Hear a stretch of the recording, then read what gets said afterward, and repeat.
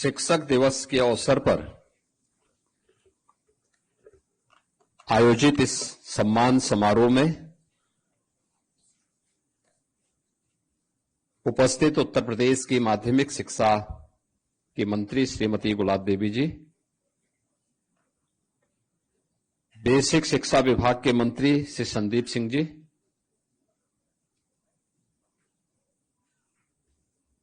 अपर मुख्य सचिव और प्रभारी मुख्य सचिव बेसिक और माध्यमिक श्री दीपक कुमार जी, महानिदेशक स्कूली शिक्षा श्रीमती कंचन वर्मा जी, आज के समारोह में उपस्थित हमारे सभी माननीय जनप्रतिनिधिगण, शिक्षा विभाग के सभी हमारे अधिकारीगण, प्रदेश के अलग अलग जनपदों से आए हुए हमारे सभी सम्मानित शिक्षकगण और उपस्थित जो अलग अलग जनपदों में भी समारोह हो रहे हैं, उन सभी जनपदों में उपस्थित माननीय जनप्रतिनिधि, सम्मानित शिक्षक और उपस्थित बहनों और भाइयों, मैं सबसे पहले आज के शिक्षक दिवस के अवसर पर भारत के पूर्व राष्ट्रपति सर्वपल्ली डॉक्टर राधाकृष्णन की स्मृति को नमन करते हुए उत्तर प्रदेश सरकार और उत्तर प्रदेश के नागरिकों की ओर से उन्हें विनम्र श्रद्धांजलि अर्पित करता हूं। मैं इस अवसर पर अभिनंदन करता हूं उन सभी सम्मानित शिक्षकों का, उन सभी गुरुजनों का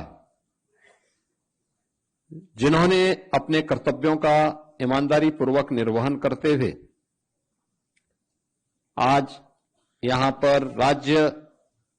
शिक्षक पुरस्कार और मुख्यमंत्री उत्कृष्ट पुरस्कार प्राप्त करने के लिए चयनित हुए और आज उन्हें यहां पर सम्मानित किया जा रहा है। मेरी हार्दिक इच्छा थी कि मैं सभी 81 उन सभी शिक्षकों को सम्मानित करूं जिन्होंने अलग अलग जनपदों में जाकर के अलग अलग जनपदों में कुछ लीक से हट करके कार्य किया है, क्योंकि आपका यह कार्य न केवल वर्तमान के लिए बल्कि देश के भावी भविष्य के लिए एक प्रेरणा है, और उस प्रेरणा के लिए जो हमें विकसित उत्तर प्रदेश और विकसित भारत की आधारशिला को सुदृढ़ करता है, इसके लिए मैं आप सबका हृदय से अभिनंदन करता हूं। मैंने पिछले जब से शिक्षक दिवस के कार्यक्रम के बारे में चर्चा हुई, मैं पिछले एक सप्ताह 10 दिन से देख रहा था, सोशल मीडिया प्लेटफॉर्म पर भी और विजुअल मीडिया के माध्यम से भी उन शिक्षकों के बारे में बहुत सकारात्मक बातें आ रही थी, और ये मेरे लिए इसलिए महत्वपूर्ण था क्योंकि इस नए सत्र में विद्यालय प्रारंभ होते ही हम लोगों को सबसे पहले नकारात्मक चीजें ज्यादा देखने को मिल रही थी। लोग एक नकारात्मक वातावरण बना रहे थे। एक तरफ हम लोग स्कूल चलो अभियान चला रहे थे और दूसरी तरफ प्रदेश के अंदर एक नकारात्मक वातावरण शिक्षा के क्षेत्र में फैलाने की कुत्सित चेष्टा हो रही थी। उन स्थितियों में जब हमारे बेसिक और माध्यमिक शिक्षा से जुड़े हुए और स्ववित्त पोषित विद्यालयों से जुड़े हुए शिक्षकों के बारे में कुछ अच्छा सकारात्मक सोचने और देखने का अवसर प्राप्त हुआ, तो एक सुकून हुआ कि चलिए कहीं से अच्छा तो हो रहा है, और ये अच्छा बताता है कि आज 81 हैं, कल यह 8 लाख की संख्या पहुंचेगी जरूर, क्योंकि यही तो हम लोगों के विश्वास का आधार बनता है। और इसी आधार पर हम लोगों ने उत्तर प्रदेश के अंदर कार्य करके उत्तर प्रदेश की कायाकल्प को करने में सफलता प्राप्त की है। याद करिए ना, यही तो प्रदेश था, यही प्रदेश था। क्या शिक्षा के क्षेत्र में, क्या स्वास्थ्य के क्षेत्र में, क्या अर्थव्यवस्था के क्षेत्र में, क्या सुरक्षा के क्षेत्र में, क्या कृषि और जल संसाधन के क्षेत्र में, क्या रोजगार और कौशल विकास के क्षेत्र में, हर एक क्षेत्र में हम लोग बॉटम 5 में थे। सबसे पीछे की गिनती में हमारे नाम आते थे, यूपी का नाम आता था। लेकिन पिछले 8-8.5 वर्ष के अंदर प्रधानमंत्री जी के मार्गदर्शन में, प्रधानमंत्री मोदी जी के नेतृत्व में देश के अंदर जो एक सकारात्मक वातावरण बना, उस सकारात्मक वातावरण को पिछले 8-8.5 वर्ष में उत्तर प्रदेश ने हाथों हाथ लिया। परिणाम क्या है कि हमने शिक्षा के क्षेत्र में, स्वास्थ्य के क्षेत्र में, सुरक्षा के क्षेत्र में, रोजगार और कौशल विकास के क्षेत्र में, कृषि विकास और जल संसाधन के क्षेत्र में, जीवन के प्रत्येक क्षेत्र में कुछ नया किया। नए करने का परिणाम रहा कि 17 के पहले जिस उत्तर प्रदेश को बीमारू राज्य कहा जाता था, आज वही उत्तर प्रदेश अब बीमारू नहीं, भारत के विकास का ग्रोथ इंजन बनकर के भारत की एक ताकत बन रहा है। ये केवल सरकार में बैठे हुए लोगों का पुरुषार्थ नहीं है,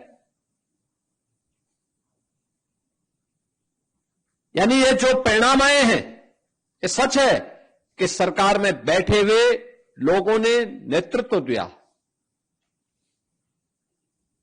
लेकिन इसमें जब 25 करोड़ की आबादी एक साथ मिलकर के सामूहिक रूप से उस दिशा में कार्य की, तब यह परिणाम हमारे सामने आया। तब यह परिणाम आया जो उत्तर प्रदेश 8 वर्ष पहले अपनी पहचान के लिए मोहताज था, आज उसको अपनी पहचान के लिए किसी के सामने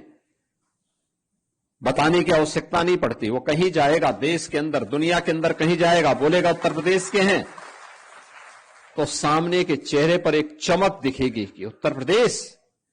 वह भी आज उत्तर प्रदेश पर गौरव की अनुभूति करता है।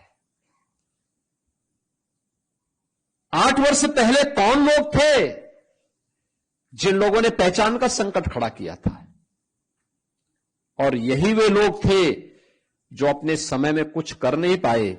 लेकिन आज जब शिक्षा के क्षेत्र में, स्वास्थ्य के क्षेत्र में या अलग अलग क्षेत्र में जब कुछ रिफॉर्म होते हैं, तो ये लोग उसके लिए नकारात्मक वातावरण पैदा करके फिर से उत्तर प्रदेश को उसी कूप मंडूप में रह करके रहने के लिए मजबूर कर दे रहे हैं, जिसके कारण उत्तर प्रदेश ने अपनी पहचान को खोया था। उत्तर प्रदेश के सामने पहचान का संकट जिन कारणों से पैदा हुआ था, उन पहचानों में जो कार्य हुए थे, मुझे अच्छा लगा था। जब मैं देखता हूं नीति आयोग की बैठकों में हम लोग जाते हैं, तो शिक्षा के क्षेत्र में हमारे कुछ उदाहरण सामने आए। नीति आयोग ने देश के अंदर शिक्षा के क्षेत्र के नवाचार में, जब मैं नीति आयोग की पुस्तकों को देख रहा था, तो उन्होंने देश के अंदर शिक्षा के क्षेत्र में कहां क्या नवाचार हुआ। जब बेसिक शिक्षा के ऑपरेशन कायाकल्प को मैंने देखा, मुझे लगा देखो ये कार्य हमने 17 में प्रारंभ किया था, ऑपरेशन कायाकल्प। आज वो देश के अंदर एक प्रेरणा बनी हुई है। प्रोजेक्ट अलंकार गत 2 वर्ष पहले हम लोगों ने प्रारंभ किया था, जब योजना बना रहे थे क्या होगा। और मैं वहां भी जब लखनऊ में गया था, मैंने एक विद्यालय को देखा, बड़ा जर्जर हालत में था। बाराबंकी में मैं गया था, वहां के जीजीआईसी को मैं देख रहा था, भवन को, बहुत जर्जर हालत में था। किसी समय बना था विद्यालय, समय के अनुरूप उसकी अपनी एक सीमा है। हमें नया भवन देना पड़ेगा, नए संसाधन देने पड़ेंगे। स्ववित्त पोस्ट जो निजी प्रबंधन के अधीन शासकीय सहायता प्राप्त विद्यालय थे, उनकी स्थिति और भी खराब थी। संस्कृत विद्यालयों की उससे भी बदहाल थी। लगातार कार्य किया गया, और कार्य करने का परिणाम क्या है? आज 2100 से अधिक ऐसे विद्यालयों को प्रोजेक्ट अलंकार के अंतर्गत एक नया भवन देकर के एक सुरक्षित माहौल दिया गया।